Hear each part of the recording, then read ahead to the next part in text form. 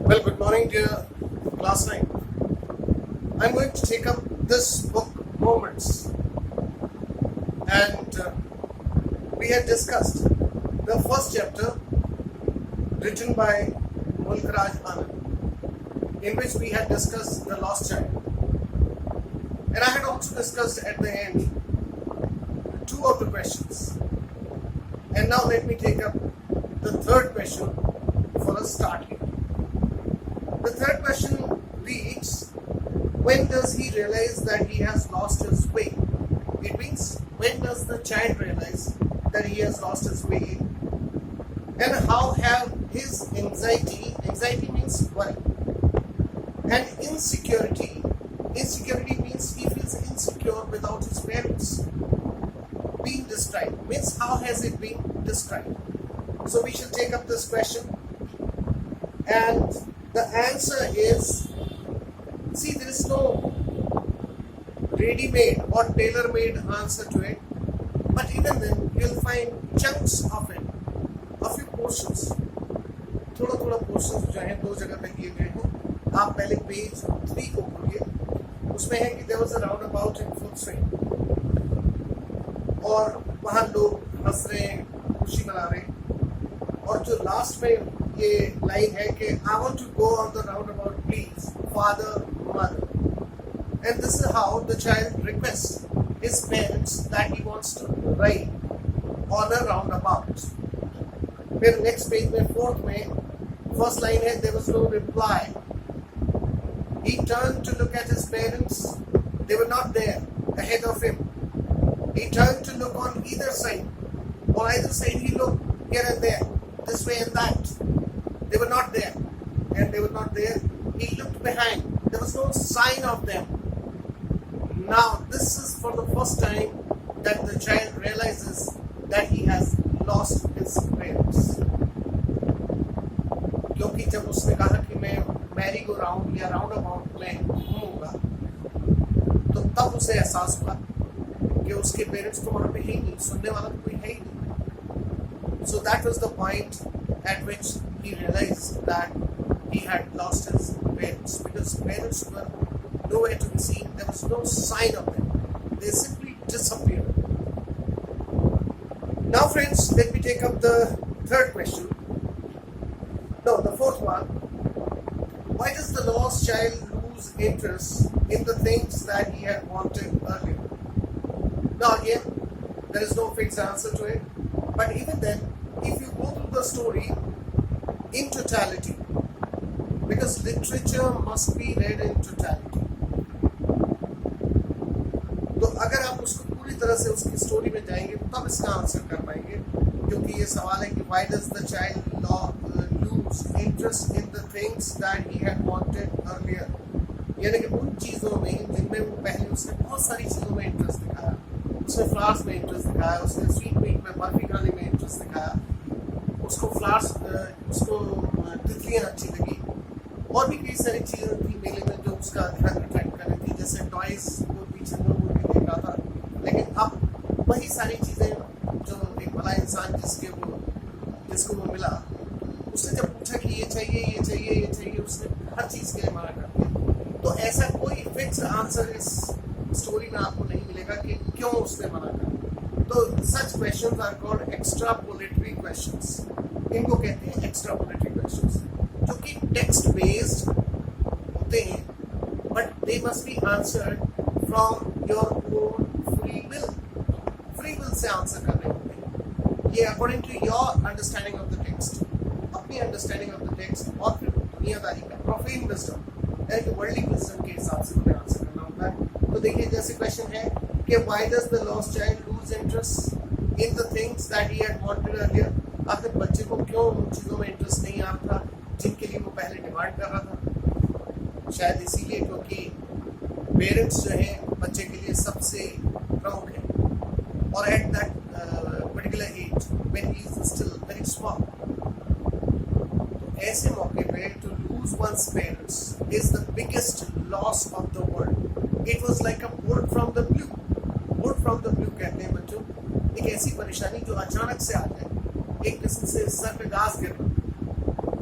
So it was something like this. It was like a bolt from the blue. So he was shocked that he had lost all of a sudden his parents, and that made him insecure. So the first thing that he wanted to acquire was his parents. इसलिए पहली चीज जो वो पाना चाहता था जिंदगी में वो था उसके parents.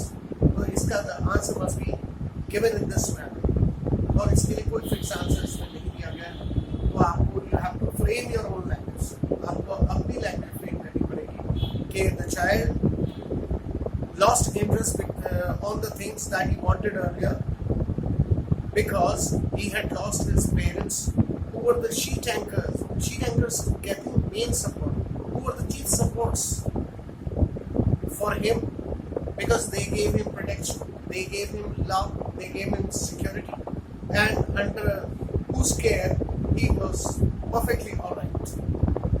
And that world was lost because of his parents. Now the next question goes, what do you think happens in the end? Does the child find his parents?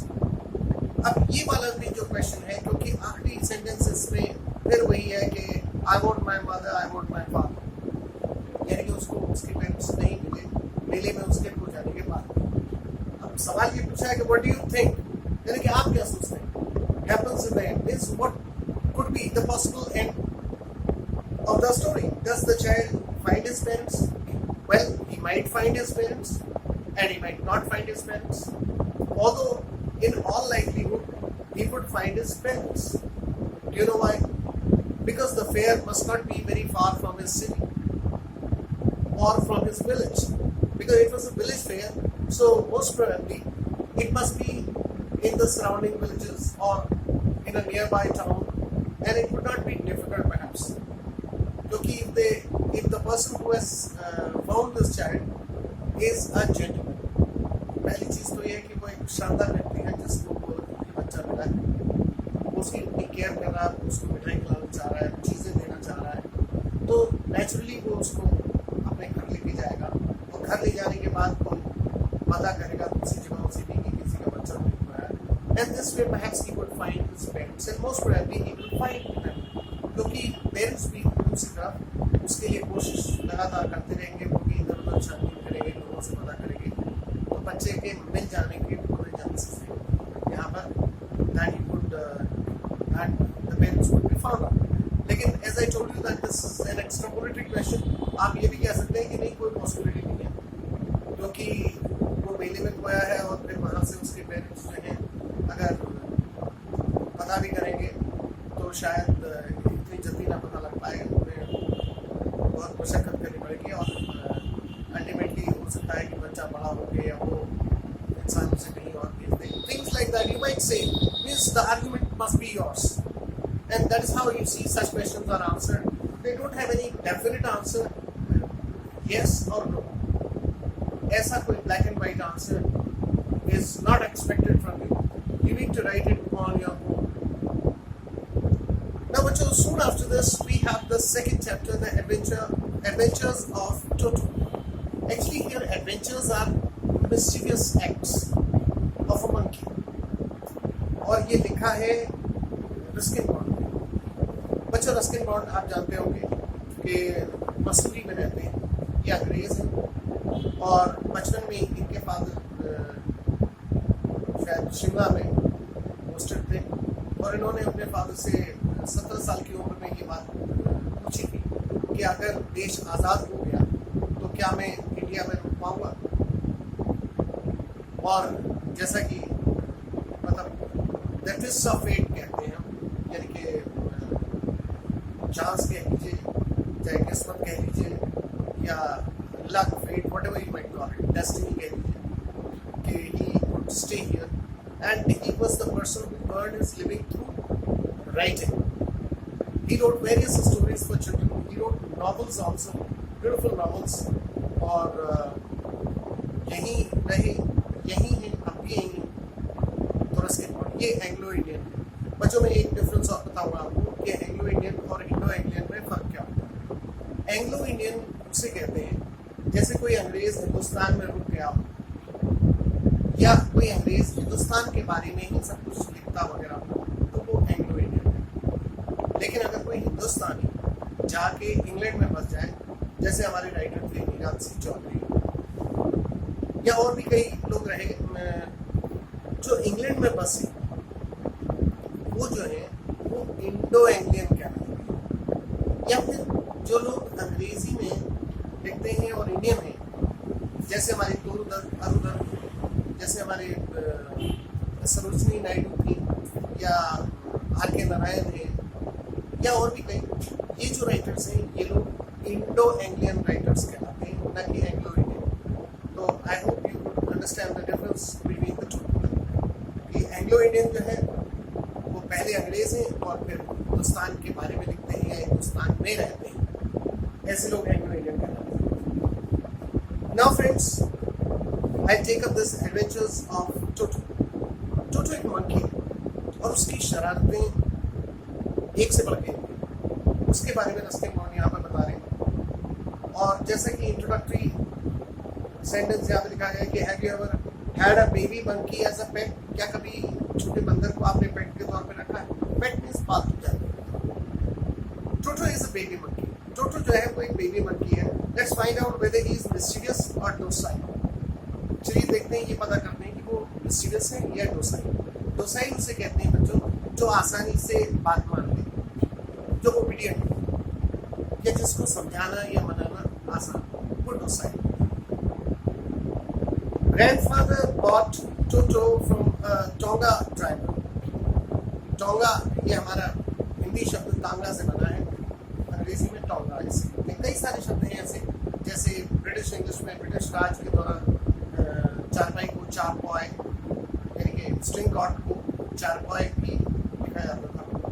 इसी प्रकार से हमारे कई सारे शब्द थे, जैसे यूपी को यूनाइटेड प्रोविंसेस, जैसे काउंट टू की स्पेलिंग COWNPORE ये लिखी जाती है वगैरह वगैरह। जैसे मध्य प्रदेश को सेंट्रल प्रोविंसेस कहा जाता था।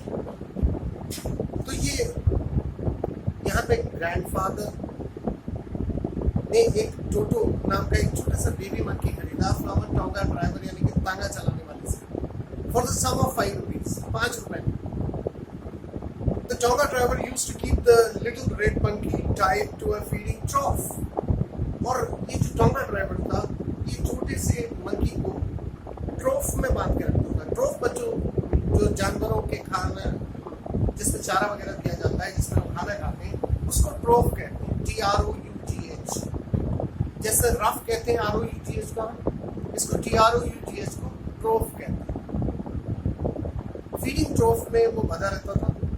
And the monkey looked so out of place there that grandfather decided he would add the little fellow to his private zoo.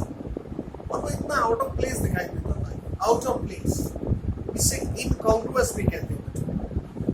इनकॉन्ग्रुअस का मतलब, जैसे आप क्लासरूम बच्चों के लिए होता है, अगर आप वहाँ आपने एक बकरी रख दी, तो ये बकरी की जगह तो है नहीं क्लासरूम, या बच्चों के साथ बाकी बच्चे पढ़ रहे हैं और किनारे पे बकरी बंधी हुई, तो ये होता है इनकॉन्ग्रुअस या आउट ऑफ प्लेस।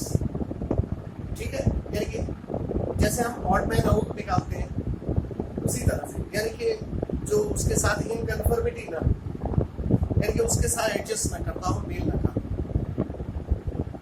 तो टोंगा ड्राइवर वहां पर आउट ऑफ प्लेस लगता था, इसलिए ग्रैंडफादर डिसाइडेड, यानी कि उन्होंने तय करा कि he would add the little fellow to his private zoo. उन्होंने सोचा कि ये लिटिल मंकी को हम अपने प्राइवेट ज़ू में ऐड कर देते हैं। उनके पास और भी जानवर थे, तो उन्होंने चाहा कि इस मंकी को वो ले लें और उसको अपने प्राइवेट ज़ू में ऐड कर दें। Now toto was a pretty monkey. ये एक खूबसूरत मंकी था। His bright eyes sparkled with mischief. आंखों में शरारत चमकती थी। स्पार्कल्ड मीन्स शोर, शाइन, शोर, शोर। तो sparkled mischief with mischief beneath deep set eyebrows. बहुत, ये जो आईब्रोज थी उसकी बिल्कुल नजदीक थी, deep set. And his teeth which were pearly white, यानी कि मोतियों जैसे था। पर्ल कहते हैं मोती, पर्ली व्हाइट मीन्स चमकदार मोती जैसे था। पर very often displayed in a smile, अक्सर वो स्माइल देता था उन पर्ली टीथ से। That frightened the life elderly Anglo-Indian ladies, जो वहाँ पूरी elderly means aged, जो Anglo-Indian ladies होती थी वो डर जाती थी. Life out of it means he would frightened to life माने जैसे उनकी जान पे ही बनाई. तो Anglo-Indian ladies हुआ करती थी उस समय. But his hands looked dried up, और उसके हाथ ऐसे सूखे सूखे दिखाई देते थे, as though माने as if, जैसे कि मानो कि they had been pickled in the sun, यानी कि जैसे धूप में जैसे पिकल बनाते हैं ना अचार, ऐसी वो अचार बनाने के लिए रखे हो. Pickled in the sun for many years, जैसे कई सालों को है अचार की तरह धूप में सुखाने के लिए वो रखे गए हो, ऐसे उसके हाथ लगते हैं. Yet his fingers were quick and picking, लेकिन उसकी उंगलियां जो है वो तेज तर्रार थी, यानी कि फटाफट काम कर रहे हैं. मतलब वो he was quite dexterous in that sense, very skilled. हाथ पैर उसके खूब चलते थे, कहने का मतलब. और wicked means बदमाशी बात. He was villainous character, wicked था.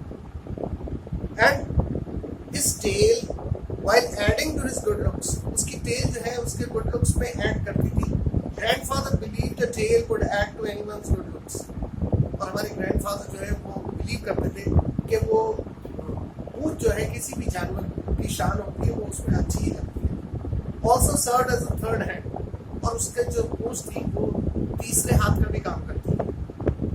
आपने देखा होगा कि पूंछ के बल लटक जाते हैं बंदर, और कई बार तो पूंछ अगर उसके पेड़ में वो लपेट लेता है और उसके बाद भी वो टाइगर की पूंछ भी खींच सकता है, अगर आपने कभी एनिमल प्लैनेट या नेशनल ज्योग्राफिक को देखा. तो third hand he could use it to hang from a branch, यानी कि ब्रांच में से, ट्री की ब्रांच में वो वहां से लटक सकता था. It was capable of scooping up any delicacy. Scooping up, scoop जो है ऐसे किसी चीज को खोद के निकालना होता है, जैसे आइसक्रीम वाला जो है वो स्कूप करके आपको आइसक्रीम देता है. That is a scooping. पहले हॉकी में भी होता था, इस तरह से उठा के बॉल को फेंकते थे, उससे स्कूप कहते हैं. तो scooping up the delicacy. Delicacy means something that is very tasty. The dish that you savor. Savor means जिसको which you cherish, which you love to eat, which you are fond of, which you hanker after, जिसके जो आप खाना पसंद करते हैं. That might be out of reach of his hands. अगर कोई चीज उसके आउट ऑफ रीच होती थी उसके हैंड से, तो पूंछ से लटक के वो वहां से स्कूप कर लेता था, यानी कि निकाल लेता था. Grandfather always first when grandmother always first. Grandma जो है इस मामले में बड़ा तमाशा कर देती थी. When grandfather brought home some new bird or animal, जब भी grandfather जो है कोई नई bird या नया animal लेके आ जाते थे, क्योंकि उनके पास उन्होंने प्राइवेट स्कूल बना रखा था, तो कई तरह के animals he had kept there. So it was decided that Toto's presence should be kept a secret from her. तो इसलिए grandfather ने decide करा कि बुढ़िया को इतनी जल्दी ये बात न बताई जाए कि हम एक मंकी भी ले आए, क्योंकि ये नेचुरल था कि उसने तमाशा करना था. दादी ने and I put him away. अच्छा, और क्या डिसाइड करा गया? So it was decided that Toto's presence should be kept a secret from her until, यानी कि कब तक? She was in a particularly good mood. जब वो अच्छे मूड में होगी तो उन्हें बताया जाएगा, ऐसा ही ना हम एक बंदर ले like that. Grandfather and I put him away. तो राइटर कह रहे हैं कि ग्रैंडफादर ने और मैंने उसको अलग रख दिया in a little closet. Closet कहते हैं बच्चों अलमीरा, अलमारी में. Opening into my bedroom wall, जो कि मेरे बेडरूम वॉल में थी. Where he was tied securely, और वहाँ पे वो बड़े सिक्योर तरीके से, सेफ तरीके से वो वहाँ पे बांध के रख दिया गया. और so we thought, या यूँ समझ लीजिए कि हम सोच रहे थे कि हमने उसको बड़े आराम से, बड़े प्यार से बांध के रख दिया. To a peg fastened into the wall. Peg means a nail only. It is thicker than a nail. It's a piece of iron that can be dug up into the wall. और tents वगैरह जो जिससे रोकी जाती है वो रस्सी type की, उसको भी पैक कहते हैं. और वैसे तो पैक जो है खूंटी, यानी कि जिसमें कपड़े टांगे जाते हैं. Anyway, it's enough for today. Let's call it a day. Thank you so so much for being patient with me here.